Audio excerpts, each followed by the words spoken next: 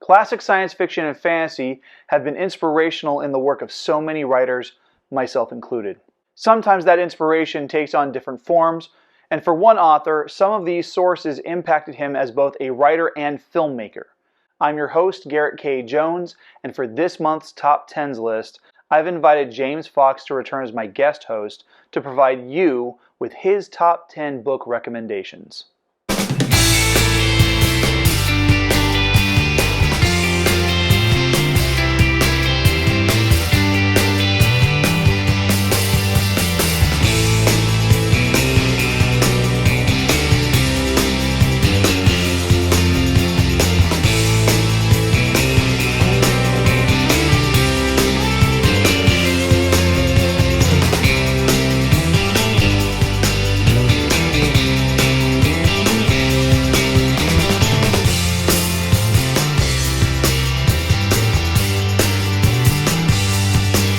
Hey, welcome to The Right Way, where we talk book recs, author interviews, and writing tips.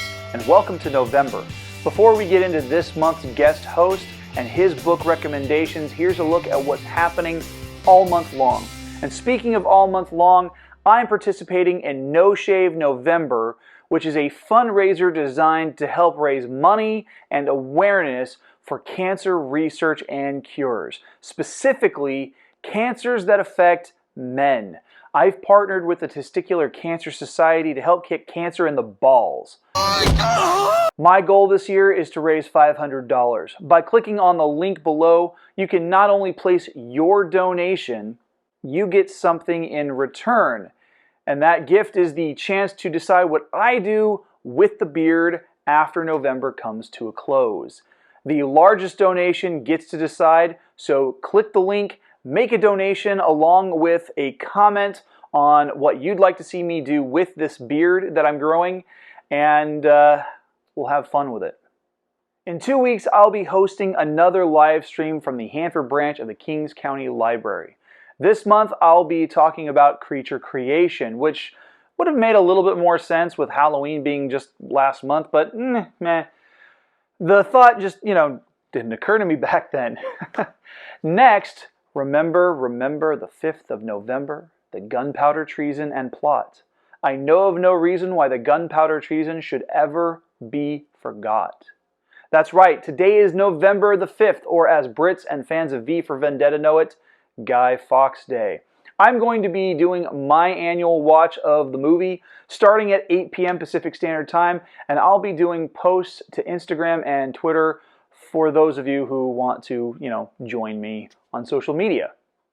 Lastly, there will be a Creators Corner segment this month, despite it landing on the Saturday after Thanksgiving.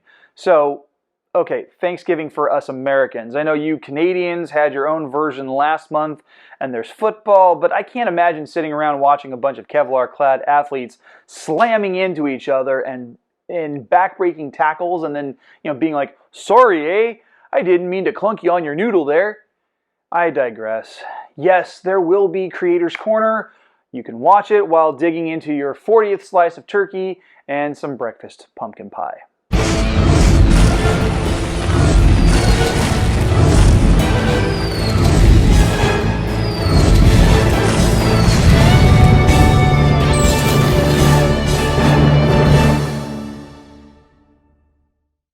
My November guest host has been on the show twice now, both times for an interview. In fact, this is his third season in a row. James is a really cool guy who began developing his military sci-fi series during the pandemic, while his filmmaking took a backseat until things settled down. He's been working on a variety of different projects between his own series, being a co-author alongside Amy Duboff, and making movies. So let's hear what this hard-working writer has in his top 10 recommended reads. Hey, my name's James Fox, and this is my top 10 list of my quintessential fantasy and sci-fi books for you to read. Now, I'm going to start off with just kind of a blanket disclaimer here. I'm terrible at lists, okay? I'm a Gemini, so it's in my nature to immediately hate something the second I call it my top 5 or whatever. Immediately get bored of it and can't watch it anymore. So, it's always changing. And I didn't think it was fair to you to give you a list that I immediately dislike. So what I'm doing here is I'm giving you my top 10 reads that if you're going to be a fan of fantasy and sci-fi, you should probably read these. And I'm going to rank them not in the order of my favorite or what I think is the best, but in the order that I think you should read them in. Sound fun? All right, let's do it. So book 10, starting at the bottom, book you should read first, is, it's a little bit weird, right, book 10, but we're counting up to the number one most important book. But book 10 is Beyond This Horizon by Robert A. Heinlein. And, you know, I do a terrible job pitching this book because it's got so much good stuff in it. It's talking about, you know, thematically it's talking about the immortal soul, reincarnation. It's about genetic engineering and social structures, utopia, and kind of the fallacies of utopia. It's one of those books where when you read it, it changes the way you view society. And kind of like when you hear people talk about society, you're like, oh, have you read this book? Anyway, worth the read. Moving up the way to number 9 is a fantasy book by Tad Williams called The Dragonbone Chair. And it's book 1 in the Memory, Sorrow, and Thorn series. This is just classic fantasy. I mean, epic, high fantasy stuff. I mean, it follows a scullery boy who's 14, I think. His name's Simon. And yeah, it's just got everything. It's one of those great like coming of age stories where like, you know, a young boy gets swooped up into a grand adventure kind of unwittingly, right? And then it turns out he's the only one who could have saved the world, right? It's classic fantasy. It's so good. The detail of this world is so rich. I mean, as an author, I often think of that book when I'm trying to really like dive into the details of my world and my world building. It's just one of those ones where if you love fantasy, you gotta check it out. All right, number 8, The Gods Themselves by Isaac Asimov. I don't really feel like I could go into much detail about this book because I'll spoil it. I feel like it's a pretty trippy book. It's got some pretty cool themes in it. And I think that, I mean, you pretty much pick up anything by Asimov and it's a fundamental read. But this one really sticks out to me just because it's unique. Like it's got an earth in it that is unique. I'm gonna leave it at that. Read it, you'll like it, and thank me later. Moving right along with number 7 is going to be Hyperion by Dan Simmons. Now, I'm going to preface this with, this was one of the first books I've read. I mean, I went like whatever was assigned at school, which I don't really realize, like Indian in the Cupboard or whatever, to William Shakespeare, complete works of William Shakespeare, which is where I got my sense of humor.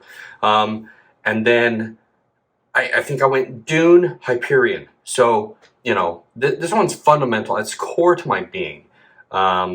I actually dream about the cover pretty regularly when I'm really into writing mode, which will tell you something. Anyway, really great story. Lots of good kind of twists to it. I don't even know you could call it twists. It was one of those books where like I raced to the library the like second I finished and got the next book. So totally worth a read. Hyperion, check it out. Next one is number 6. Super fun. This actually got referred to me while I was in film school. A buddy let me take his books. The Sword Dancer by Jennifer Roberson. Story of Tiger and Dell. I mean, I don't know that there is a better fantasy duo out there. It's got the right blend of like epicness and humor. And like emotional tugging. It's really good. Again, it's kind of one of those ones where I don't want to ruin it. Most of these are going to be that, actually. Like, you know, read the blurb and check it out, but definitely read it right here, right? Because we're going to get into kind of a fantasy track here pretty quick, and I think that it's important to kind of experience this one because it's a little bit older of a series, but experience this one and then see how the fantasy genre has developed. People are going to freak out at me. Okay, I put Robert Jordan's The Wheel of Time series, Eye of the World, first book, at number 5. Now, don't freak out, don't panic, breathe with me, it's okay. I love The Wheel of Time. It was my number 1 for the longest time, okay? By Robert Jordan, finished by Brandon Sanderson. I am not ashamed to admit I camped out in front of my public library in a town of 10,000 people in order to get the book on the first day it was released, okay? Like, I was that guy. I love this series. But I put it here because there are some newer fantasies, and I want you to kind of experience the foundation fantasy novels first, and yes, Tolkien, yes, Lord of the Rings, yes, all that stuff. Yeah, I get it. Most people are kind of familiar with that story already, but there's still a lot of people who don't know what the Wheel of Time is, and they read fantasy, and it kind of baffles me. So I want you to read this one first, okay? Number 5, Wheel of Time. Do it. All right, if you didn't freak out at me about Wheel of Time at number 5, you are definitely going to lose it when I tell you that The Way of Kings by Brandon Sanderson is number 4. Here's the deal. I want you to transition because from Robert Jordan, who was inspirational for a lot of authors my age, to Brandon Sanderson, which, he's just an expert at his craft. He's an incredible person, an incredible author. The Way of Kings is phenomenal. Brandon Sanderson is the god king of world building. I mean, he is so good at layering a vibrant, real world where, I mean, Mistborn could have made this list too here. I personally like Way of Kings a little bit better. I think I really kind of identify with some of the characters in there a lot. So, but you find yourself believing that this could be real. Like this, I mean, this is how stuff happens somewhere else. Not here, but somewhere else. Anyway, Way of Kings, Brandon Sanderson. Number 3, okay, it's The Blade Itself by Joe Abercrombie. We're getting into a little bit like darker fantasy here. I mean, this is a politically bereft of morals wasteland of a fantasy series, and it is written so brilliantly, and the characters are so realistic in all their flaws and their texture that you find yourself going, oh my god, dude, I know this guy. Like, I went to high school with this guy, or I work with this guy, right? I mean, me personally, there's a character in this book that, bad stuff happens to him all the time, and he gets into like some scrappy situations, and he barely survives, and he comes out of it, and he goes, still alive. And I say that all the time. Like, I survived something, I like walk around like I'm still alive, right? So it's weird. Like, it's just weird how realistic and kind of modern feeling these characters are in this fantasy setting. There's tons of books here. They're all super good. It's a little on the dark side, but it's very enjoyable. All right, number 2. Again, I don't want people to freak out here, but I put Dune by Frank Herbert at number 2. The reason why is because this is kind of an intersection of like science fantasy, right? Like, I mean, it's about coming of a messiah and societal changes in it's again, it's kind of one of those epitome world building things where like Dune is a real place, you find yourself so engrossed in the mythology and the details of the world building and the political landscape that Frank Herbert does a good job of kind of like jumping in the story and in the plot in just the right amount and giving you just amount of information where you like fill in the gaps. I mean, I get into these massive arguments about Dune only to realize that I'm wrong, and I've just totally extrapolated data.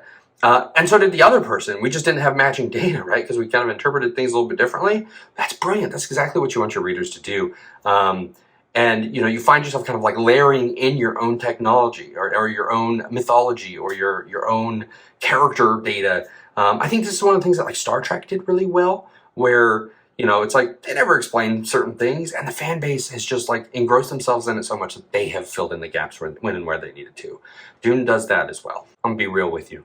My number 1 is gonna raise some eyebrows, but it has supplanted my previous like favorite book and series. So it's a little bit selfish of me to put it at number 1, but I also feel like it is a good like epitome of like modern writing in sci-fi. So my number 1, Red Rising by Pierce Brown. Breathe. We're there. We're number 1. We're finished. You don't have to look at me anymore if you don't want to. Here's why. Okay, it is applicable. There's a lot of really good stuff in there that I feel is like, if people are going to read this book 100 years from now and they're going to look at the history of kind of what's been going on over the last 50 years and be like, oh man, yeah, Pierce Brown was really tapped into the political, social, economic landscape. It's near and dear to my heart because of the location that it takes place in. I'll let you kind of sort out that later on, but that means you're going to have to read my book too. And it's one of those things where like, you get so invested in the character's journey that when something bad happens to the character, you feel it. And this was the first book I ever had a visceral, violent reaction to when I was reading it. I actually got to a point in the book where something terrible happened. I disagreed with what the author did, and I flung the book across the room and wanted to cry and swore I would never finish the last like 50 pages of the book or whatever it was. I think it was actually like 20 pages of the book or whatever. So incredibly mad that I was like, I'm done. I'm never going to read this again. I'm not going to get the next one. Screw this author. I'm over it. I was encouraged to finish it, and I'm glad I did, because there were a couple twists in there that I really appreciated. And if you've read the book, or when you read the book, you'll know what I'm talking about. And read the whole series. I mean, the first book is incredible, but the whole series is totally worth it. In fact, most of these have been series. The first books are great. I think they're going to hook you anyway. But I encourage you to read the whole series. Anyway, that's my top 10 list. Hope you enjoy it. Talk to you later. If you're interested in connecting with James through social media or getting a hold of copies of his work, you can find those links down in the video description. More importantly, we here at The Right Way want to take a moment to honor James's father, who passed away on October 6th from stage 4 lung cancer. Please join me in a moment of silence.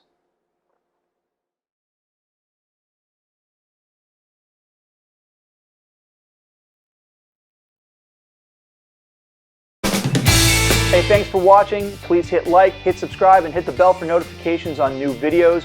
You can support the channel on Patreon and the merch store. Those links can be found in the video description. Make sure to tune in next week for the November Author Awareness segment, featuring an interview with fantasy writer Val E. Lane. See you then.